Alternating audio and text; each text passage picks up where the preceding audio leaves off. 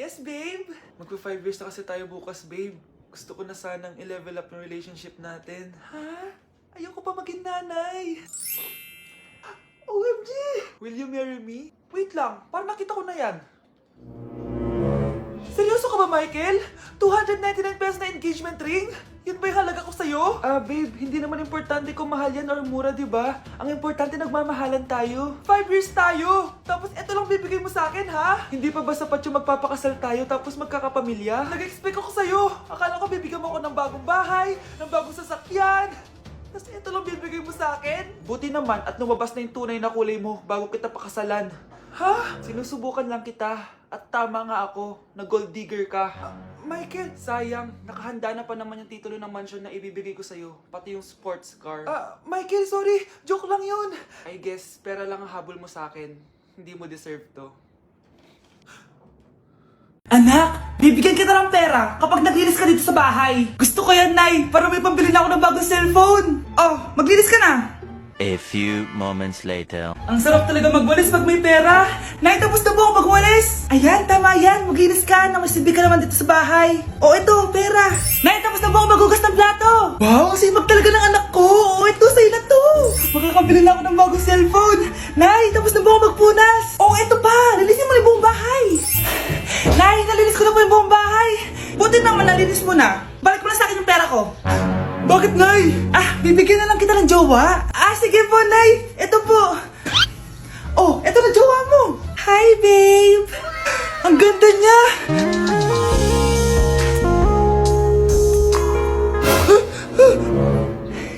Bakit ang pangit na? Nay, ayoko na nito. Pera na lang.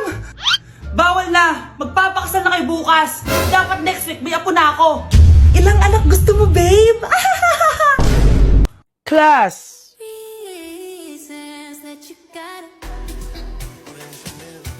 Pinakaniwala mo lang lahat. Or in fact, ako pa nga dapat yung magtanong sa'yo eh. Minahal mo ba talaga ako? Ang kapal ng mukha mo, minahal kita! Minahal kita ng sobra-sobra! Oh, you could take like... Going back to Honolulu just to get that Maui Wowie, that Maui. Sa tukod niya, nasa bakog.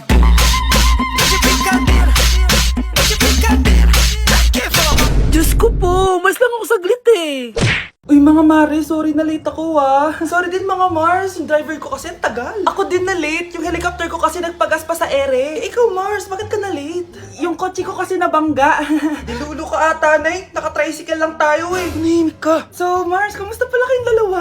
Ento, kakauwi ko lang ng Amerika. Ako naman, kakagaling ko lang ng Europe tsaka Japan. Ikaw Mars, saan ka galing? Ako? Galing ako sa mall. Sa mall ka lang pumupunta? Mall sa Australia. Wow, sosyal. Mag-mall lang sa Australia pa. Sinungaling. Sa Changi ka lang pumupunta eh. Isa pa, pag di ka na nahimik dyan.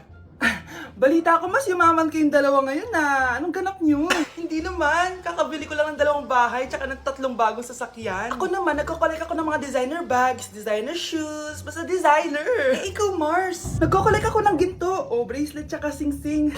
Ginto? Nagko-collect ka ng sama ng loob ka mo. Punyeta ka, wag mong hintayin sa mamaloob ko sa'yo. Buti pa mag-order na tayo mga Mars. Excuse me, can I have the fettuccine Alfredo? Yung sa akin steak with white caviar. Samahan mo na rin ng wine. Ano bang basa dito? Sige, spaghetti na lang.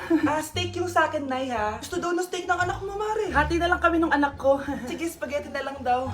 A few moments later. Sino po magbabayad ng bill? Kuya waiter, ikaw na lang mamili kung sino magbabayad sa aming 3. Mayaman naman kami lahat. Si Ma'am po. Ako?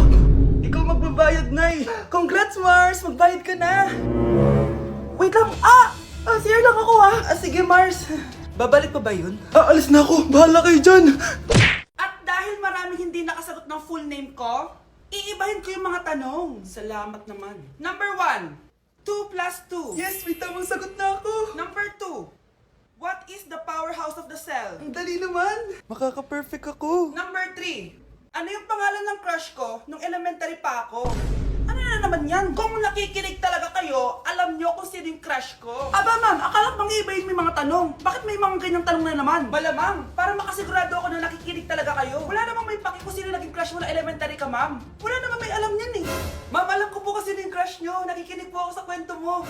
Buti pa si Michael, nakikinig. Di kagaya ng iba dyan. Sige, perfect ka na Michael. Yes! Makinig din kasi kayo sa kwento ni ma'am.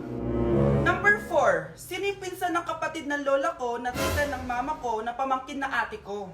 Bagsak na naman ako! Nay, nandito po yung boyfriend ko. Sige anak, papasukin mo. Sige po, Nay. Babe, balik ka na.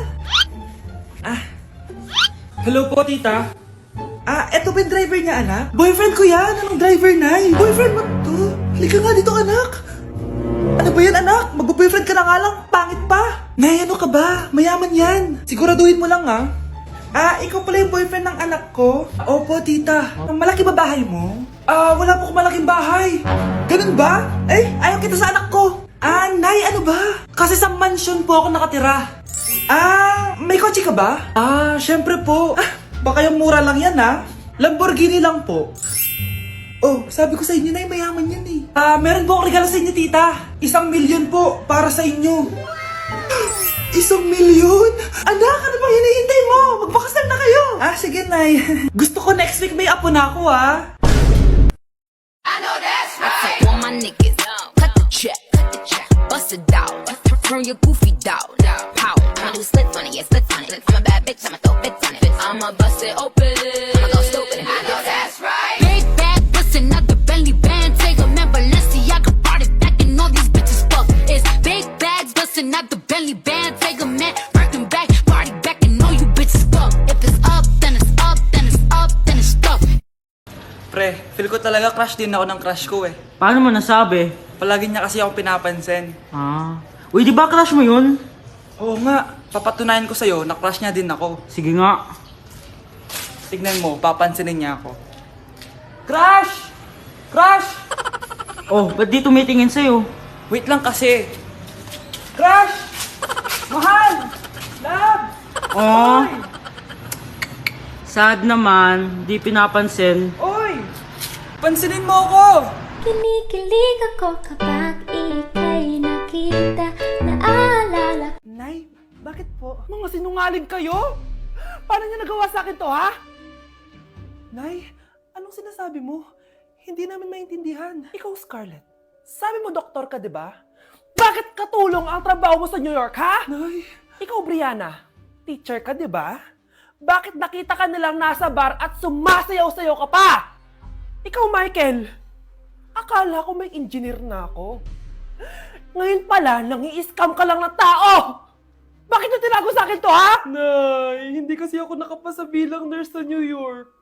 Sabi nila, mas magaling kasi talaga si Brianna compare sa akin. Kaya rumakit muna ako bilang katulong para makapag-aral ulit. Oo, Nay, sumasayaw ako sa bar. Pero di ko binibenta ang katawan ko. Kailangan ko lang yung pera para makagraduate na ako bilang teacher. Ayoko na kasi manghingi sa'yo eh. Ang baba kasi ng sweldo ng engineer, Nay, kaya humanap ako ng paraan para kumita ng pera. Alam ko mali ang pagiging scammer pero yun ang bumuhay sa akin, Nay. Mga anak! Sana sinabi niyo sa akin! Pamilya tayo dito, diba? Magtutulungan tayo! Bakit tinago niyo sa akin? Natakot kasi kami, Nay, na baka ma-disappoint ka namin. Alam kasi namin yung paghihirap mo. Mapag-aral lang kami. Anak ko kayo! Gagawin ko lahat para sa inyo. Sa tingin nyo ba hindi ko kayo tatanggapin, ha? Kaya itigil nyo na yung mga ginagawa nyo. Lalo ka na, Miguel. Opo, Nay. Sama-sama tayong bumangon. Nay, sorry. Wow, ang sweet naman. Isa ka pa. Gusto mo talaga masira itong pamilya namin, no? Lumayas ka dito, pamilyang peke. Ano? Palibhasa, di ka mahal ng pamilya mo. Mga ate, kuya, proud pa rin kami sa inyo. Mga anak, simula ngayon, sama-sama na tayo, ha? Walang iwanan at walang magtatago, ha? Promise? Promise, Nay. Hindi na kami magtatago.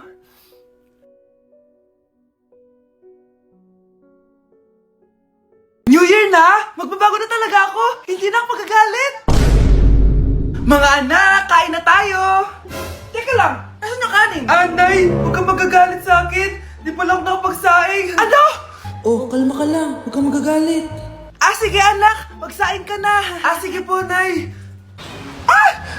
Nay! Naputol ko yung hanger mo! Oh, kumalma ka. Huwag ka papadala sa emotion mo. Okay lang yan, anak. Bibili lang ako ng bago. Sige po, Nay. Ang weird naman niya. Hindi siya nagagalit. Nay, kumuha ako ng 1,000 sa wallet mo. Ayaw mo kasi akong bigyan ng pera eh. Oh, relax ka lang. Pera lang yan. Huwag ka magalit. Sige, anak. anak, mag-shopping ka lang. Go! Yes, easy money. Mga anak, matulog na tayo. O ikaw, ano gusto mo? Nay, kailangan ko pala ng 1 whole sheet bukas tapos ng glue. Kung kailan gabi na? Oh, relax ka lang. Anak mo yan. Bilan mo na siya. Sige anak. Lalabas ako ngayon kahit alas 12 na para bilhin lang yung mga kailangan mo, no? A few moments later. Nay, bakit pala di na kayo masyado nagagalit sa amin? Kasi, New Year na, nagbago na ako. Wow, Nay! So di ka galit kay tatay kasi kapit niya yung kapitbahay natin? Ano? Lagot, paano kakalma nito? Hi, Mars! Happy New Year! Mars, parang may nagbago sa'yo. Oo! Mamamatay tao na ako ngayon! Kapit ko pa ng asawa ko, ha? Halika dito!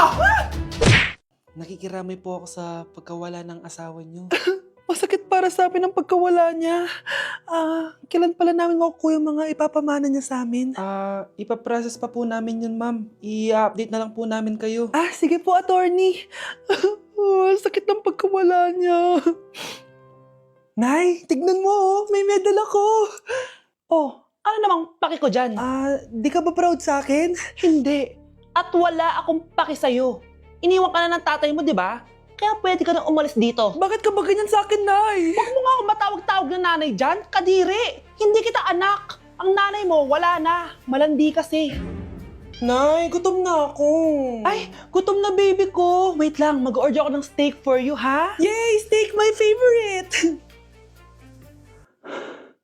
Ampun lang pala ako. Nasaan na yung totoo ko, Nanay?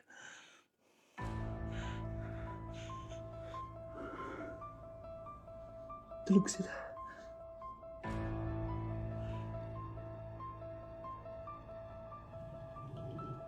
Nasaan na yun?